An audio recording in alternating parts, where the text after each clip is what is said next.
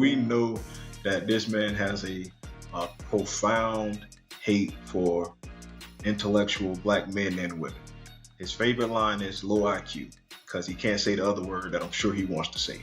So he hits you with that low IQ dog whistle whenever he talks about whether it be Mayor Johnson up there in Chicago, Mayor Scott in Baltimore, Representative Crockett out of Texas. Anyone of color who he feels threatened by, who he knows he's intellectually inferior to, he has to target and attack them because he can't go toe to toe with them intellectually. We know how he gets whenever President Obama is mentioned. Something goes haywire in his brain. He just malfunctions. I am joined by Florida Democratic Representative Angie Nixon and Bernard Taylor, a political candidate for Florida's 21st U.S. House District, a seat in Congress. We are so excited to have you back here on The Latest Word. Welcome back to both of you. Thanks for having me and us.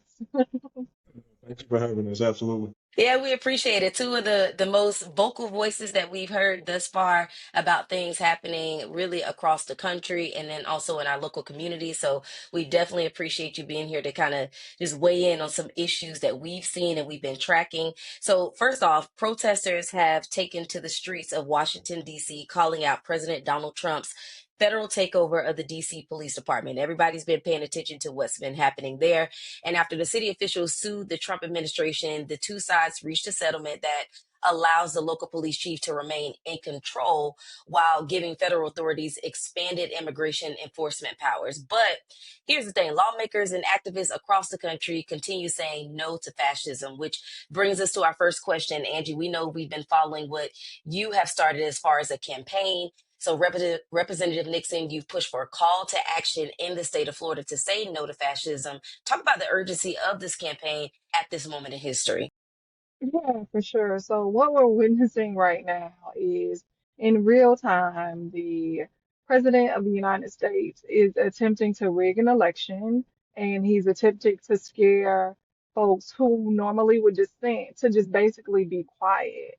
And so I partnered alongside some folks in Texas for All and others from across all over the country to host a day of action in the state of Florida. We had one in Jacksonville as well as a few other locations to really push back and to raise the alarm and to educate people about the fact that Ron DeSantis is about to potentially redraw some congressional maps, and that Trump is pushing many of the red state governors to redraw maps so that he can basically gain control and rig an election.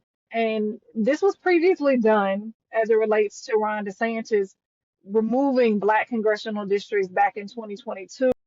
And it's just so unfortunate. And it's really them rigging the election. Not only that, but there was a post, so to speak, that Donald Trump put out today on Truth Social stating that he's going to try to get rid of vote by mail.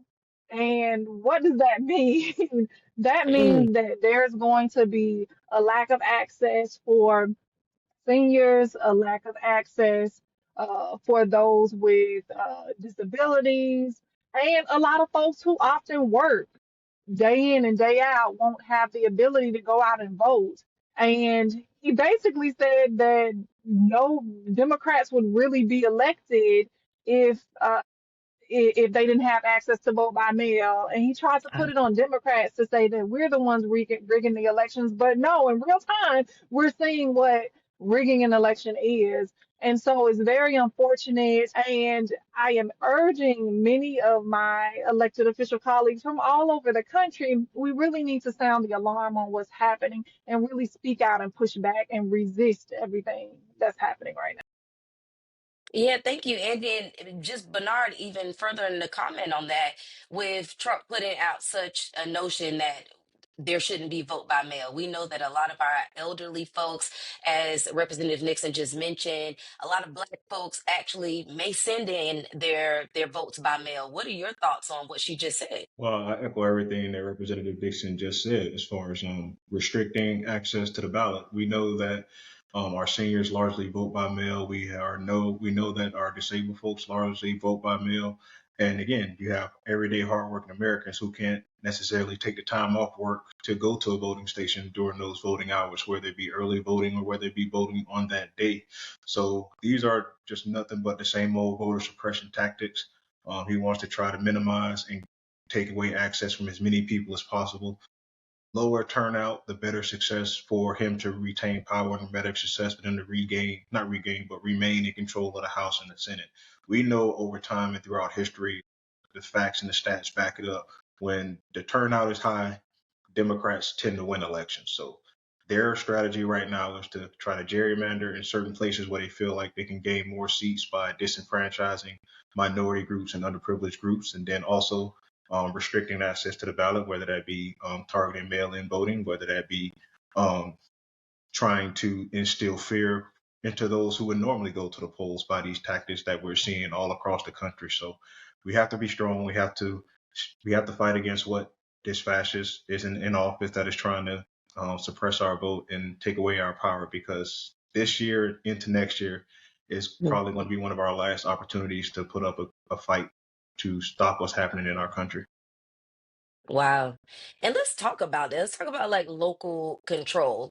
Now that the federal government is having such an impact on what local governments are trying to do, we talk about what's happening right now with the DC police. And Bernard, we'll ask you this too. What are your insights on Trump's operation making DC safe and beautiful, quote, as he called it? There was a post on X where they talked about the arrest numbers, and it includes mugshots of 8 Black men and 1 non-Black person. Federal agents have been patrolling with local police, making dozens of arrests. What are your thoughts on this messaging in a city where Black people are actually the majority? Well, it's a little bit of well, first and foremost, it's a distraction. That's the first and foremost thing. It's a distraction from him not releasing those files. Anything that he can put out into the ether to kind of keep us occupied and not considering um, why they're not releasing those files is the main thing right now. They're throwing a lot of things at the wall to see what sticks. But specifically when it comes to targeting a city like DC, we know the city of DC is primarily African American. And when you look at the list of cities he say are next, what do they all have in common? Black leadership, majority Black populations. He is dog whistling to his base, basically. We're targeting these African American communities with these quote unquote high crime rates, when the stats and facts actually say this is some of these are some of the historic lowest crime rates we've seen in these cities, whether that be in Washington D.C., whether that be in Chicago, whether that be in Baltimore with Mayor Brandon Scott and Governor Wes Moore and the leadership that they have in the state of Maryland. At this point in time, we are seeing tremendous progress in terms of the crime statistics in our neighborhood. So he is dog whistling to his base with these attacks and these arrests. If you look at the posts of everyone that has been arrested that they're posting on social media, they all have one thing in common. They are all young African American brothers um, who quote unquote fit look the part or fit the bill to signal to his base and to cater to his base that he's targeting us and he is locking us up and putting us away. And what do you think, Representative Nixon? Because I definitely have seen that. Looking at the pictures, you just see who's being targeted. Yeah, I totally agree with everything that Bernard stated. And at the end of the day, this is all about fear, trying to silence people and to get people to not be afraid to speak out and to stand up, or to get people to be afraid to not go out and vote. Much like Bernard stated, it's repressive. It is a form of voter suppression. And he wants people to be left feeling hopeless, like nothing's going to change. But the reality of it is that our votes matter, which is why he's doing everything possible to try to keep us from voting. And so it's very upsetting that we are seeing this when this really reminds me of the conversations that I had with my grandmother, who was born in the 1910s, right? And Hmm. had to deal with Jim Crow and black codes and all the things, and the fight for civil rights. And we seem to be basically going back to the worst chapters of America's history. And so we're not making America great again. We're actually going to the most horrific parts of our past, and we should do everything that we can for the betterment of ourselves, in our present, and then definitely for the betterment of our children and their futures. And I think about that too because you mentioned your grandma, and I think about just my family members who have talked about what's happened in our history.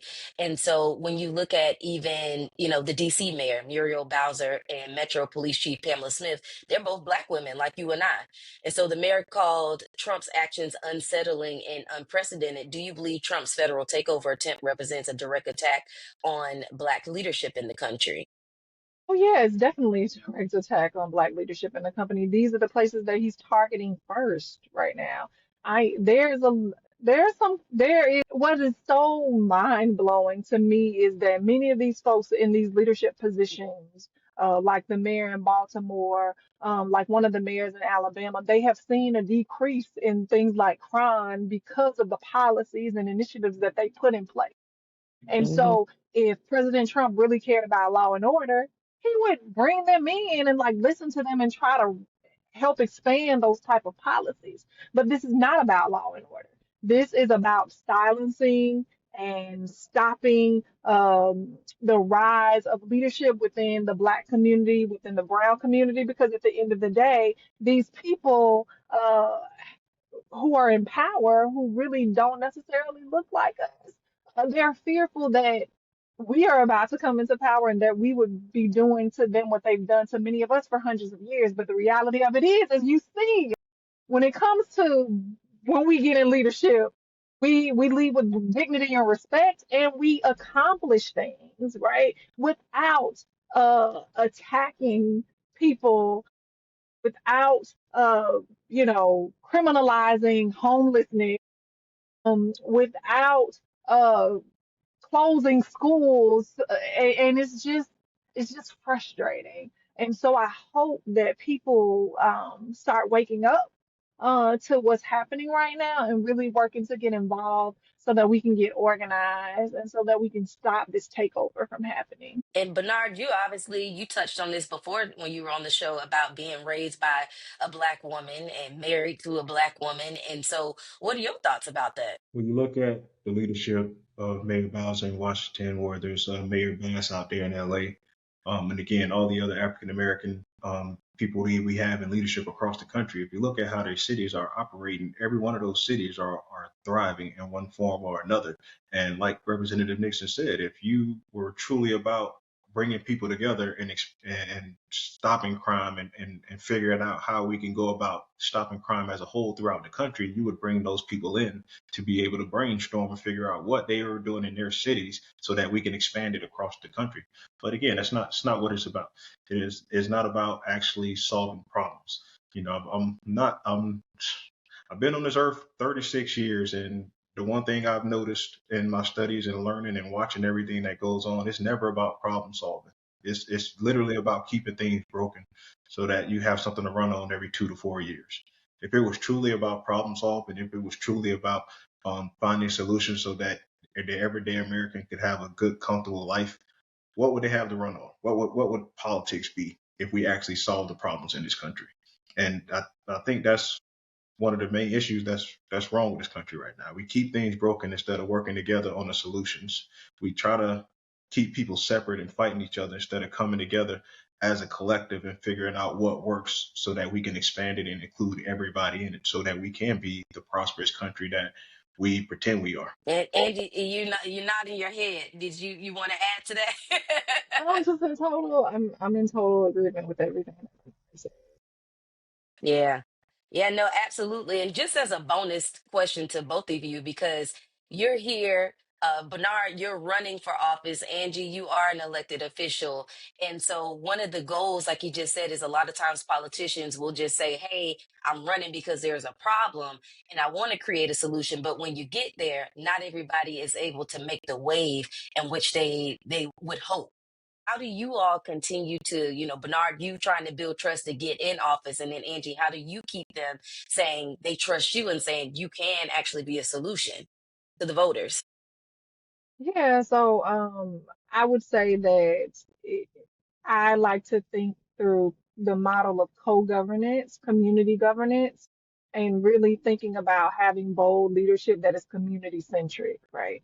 So I am a community organizer, and I don't run bills unless my community has spoken on it, or it is an issue or a problem that my community felt needed to be solved. I don't answer. I am only beholden to the community. I am not beholden to corporate donors or special interest groups. I am only beholden to the people. And that is what we need more of. We need community leadership, bold, community-centered leadership, not folks who offer up no bid contracts to their campaign donors or their family and friends. And that's what we see time and time again.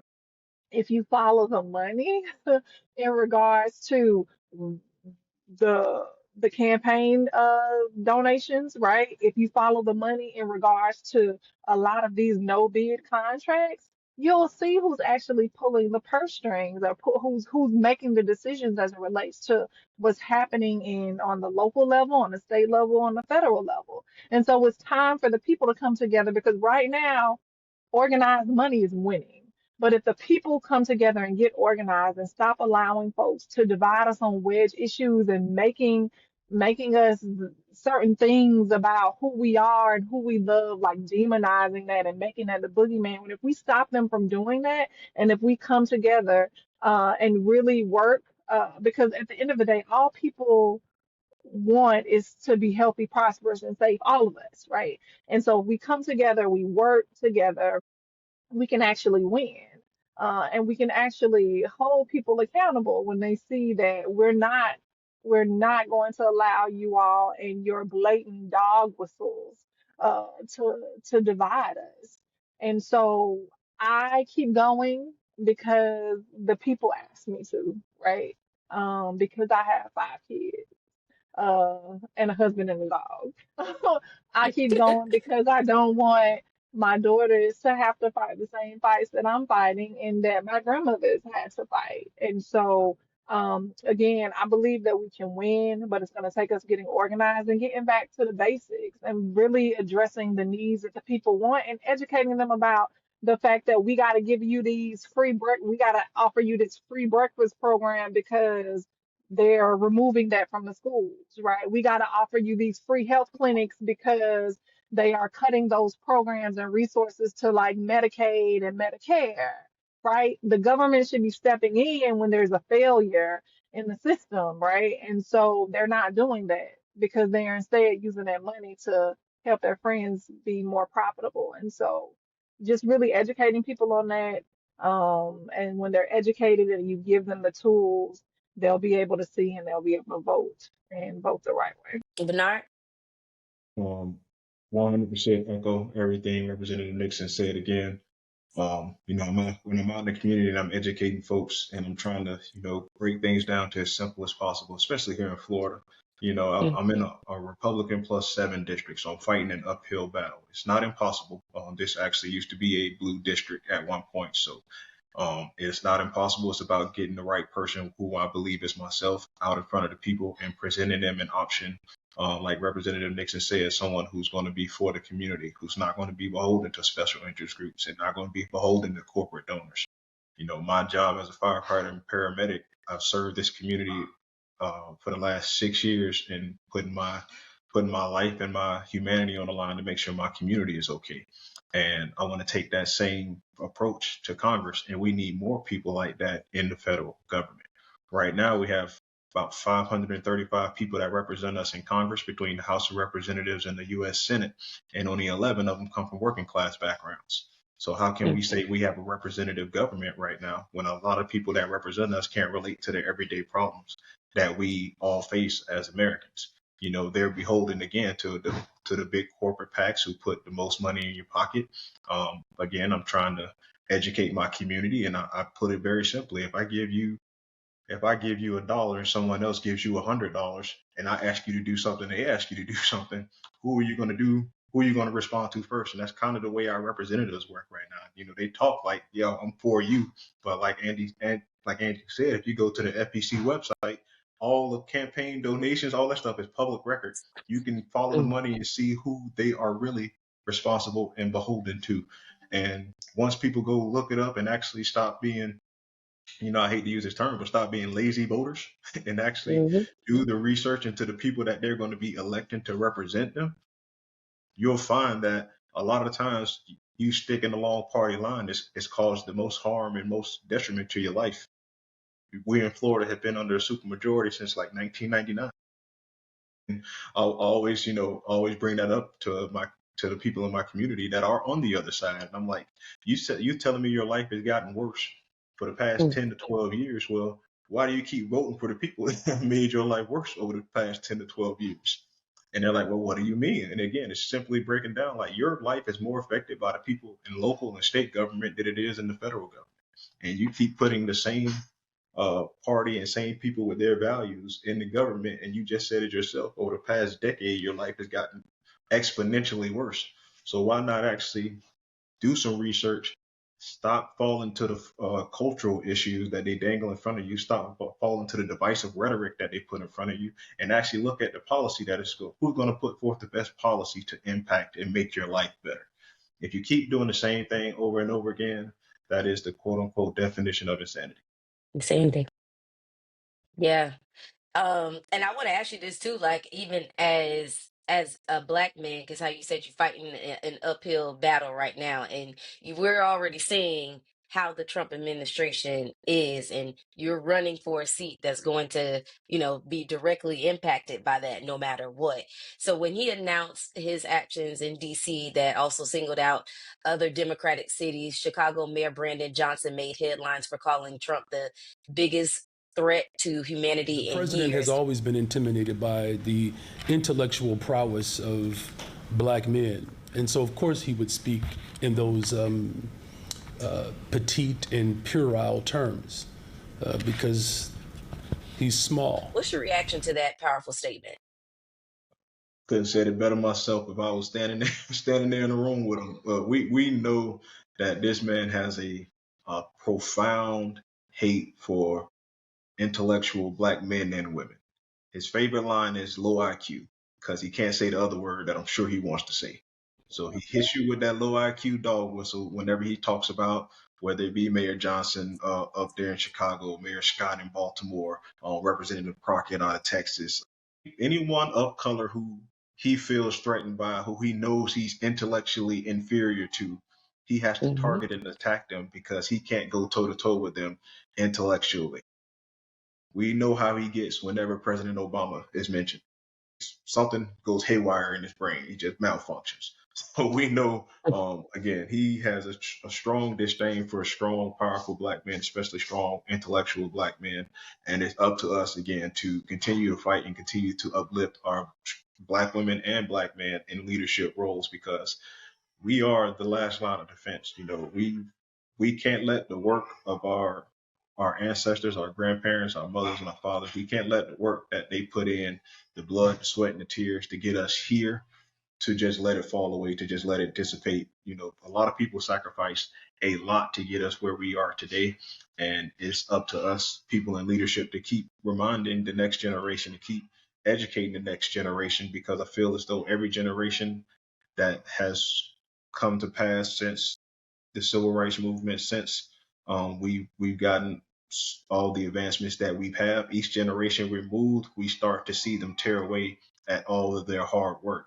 So it's up to us to make sure we are keeping the legacy alive of our previous generations and our leaders, because if we see they're trying to whitewash history, we see they're trying to rewrite history so that these stories are not told, and if we let these stories disappear into the dark, we're going to continue. We're going to actually go back to that America that they want us to go back to.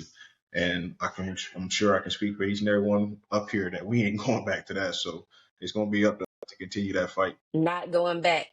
You want the last word on this, Representative Nixon, before we let you all go? I'm, hey, Bernard said it. We ain't going back. Resist. All right. Well, we want to thank you both so much for just being here to weigh on this. And of course, for anybody who's watching, this is not a political news channel that swings one way or another, but it's more so we're focused on covering the Black issues that are happening across the country and in our local communities, and making sure that we continue to talk to our Black leaders or our potentially future Black leaders as well.